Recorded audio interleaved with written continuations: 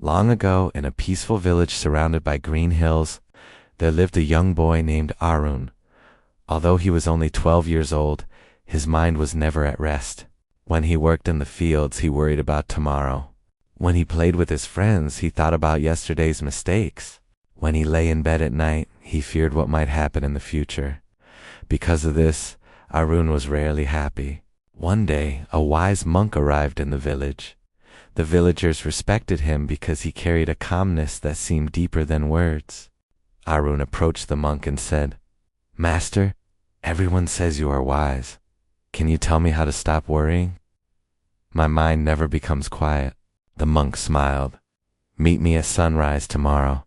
The next morning, Arun climbed a hill where the monk was waiting. Without speaking, the monk handed him a small clay pot containing a beautiful white flower. "Carry this flower with you all day," the monk said. "That's all?" asked Arun. "That's all." Arun was confused, but he obeyed. As he walked through the village, he protected the flower carefully. When friends called him to play, he made sure the flower would not be damaged. When he crossed a stream, he watched every step so the flower would not fall. When the wind blew strongly, he shielded it with his hands. By sunset, the flower was still perfect. The monk met him again. "Tell me about your day," Arun proudly replied. "I protected the flower exactly as you asked." The monk nodded. "Did you worry about what would happen next year?" "No." "Did you think about the mistake you made last week?" "No." "Did you spend time fearing tomorrow?" "No, master.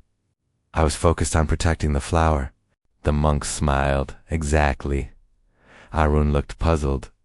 The monk continued, "When your attention was fully in the present moment, worry disappeared. The past could not reach you. The future could not control you. You were simply here." The boy thought for a moment. "So happiness comes from living in the present?" "Partly," said the monk, "but there is more." The monk picked up the flower, looked carefully. Arun noticed that one petal had begun to fade. "It's dying," he said sadly. "Yes," replied the monk. "Everything changes. The flower changes. The seasons change. You will change. I will change. Even the mountains will change." The boy became quiet. "If everything changes, then what should I hold on to?" The monk gently placed the flower in Arun's hands. "Nothing." The boy was surprised. "Nothing?" The monk nodded. "When you try to hold tightly to everything, you suffer. You suffer when youth becomes age. You suffer when success becomes failure. You suffer when people leave. You suffer because you expect life to stay the same." The monk pointed toward the setting sun. "Look at the sun. It is beautiful because it is setting. If it never moved, would it be beautiful?" Arun slowly shook his head. For many minutes they sat in silence. The sky turned orange, then red, then purple. Finally the monk spoke again. "Every day is like this flower. It blooms, it fades, and then it is gone. The secret is not to stop the flower from fading. The secret is to appreciate it while it blooms." A tear rolled down Arun's cheek. For the first time, he understood. He had spent years chasing tomorrow and regretting yesterday.